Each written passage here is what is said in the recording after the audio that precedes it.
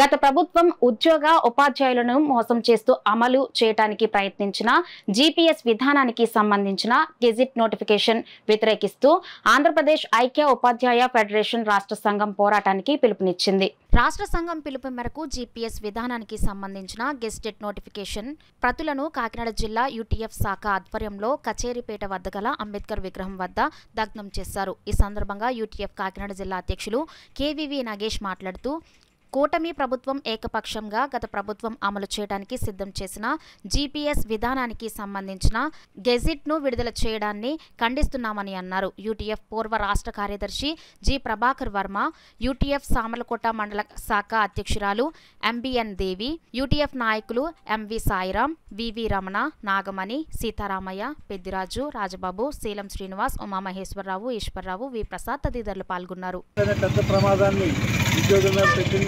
దాన్ని ఆ రోజునే వ్యతిరేకించాము. ఉద్యోగులను మోసం చేసింది కాబట్టి ఉద్యోగులకు తీవ్రమైన వ్యతిరేకతని గత ఎన్నికల్లో ప్రభుత్వం ఎదుర్కొని తన అధికారం నుంచి దిగిపోవాల్సిన పరిస్థితి వచ్చింది. కొత్త ప్రభుత్వం వచ్చిన తర్వాత పోరాటం చేయవలసిన అవసరం తొందరగా వస్తుందని మేము అనుకోలేదు. గత ప్రభుత్వం ఇచ్చిన జీవోని కొనసాగిస్తూ దానికి సంబంధించి గెజిట్ని విడుదల చేయడం, ఉద్యోగుల్ని ఉపాధ్యాయుల్ని దగా చేయడం, మోసం చేయడమే అని చెప్పి మేము భావిస్తూ ఉన్నాము. అందుచేతనే ఈ పోరాటాన్ని మొదలు పెట్టవలసి వచ్చింది. ఎన్నికల ముందే హామీ ఇచ్చినట్టుగా అందరితో చర్చించి ఆమోదయోగ్యమైన విధానాన్ని తీసుకొస్తామని ఏదైతే చెప్పారో దానికి కట్టుబడి ఉండాలి. ఇచ్చిన గెజిట్ని వెంటనే రద్దు చేయాలి. ఆ రద్దు చేసే వరకు కూడా ఈ పోరాటాన్ని కొనసాగిస్తామని చెప్పి తెలియజేస్తూ పోరాటాన్ని సిద్ధం కావాల్సిందిగా ఉపాధ్యాయులను, ఉద్యోగుల్ని డిమాండ్ చేస్తున్నాం. రద్దు చేయాల్సిందిగా ప్రభుత్వాన్ని మేము కోరుతాం. జీపీఎస్ అనే విధానాన్ని తీసుకొచ్చి ఉద్యోగస్తులందరినీ కూడా మోసం చేశారు. దానికి ఫలితమే ఈ రోజు చవి చూస్తూ ఉన్నారు. మరి పవన్ కళ్యాణ్ గారు వీరందరూ కూడా ఉద్యోగస్తులతో చర్చించి అప్పుడు సరైనటువంటి నిర్ణయాలు తీసుకుంటామని హామీలు ఇచ్చారు. మరి అలాంటి హామీలు ఇచ్చినటువంటి వారు వారి యొక్క హామీల్ని మర్చిపోయి ఈనాడు ఈ గజెట్లు అనేది అన్యాయకరమైనటువంటి జీపీఎస్ విధానం కొనసాగిస్తున్నామని గజెట్ అనేది ఏర్పాటు చేయడం ఉద్యోగస్తులందరూ కూడా దీన్ని వ్యతిరేకిస్తూ ఉన్నారు. కనుక యూటీఎఫ్ ప్రత్యేకంగా దీన్ని ఖండిస్తూ ఉంది.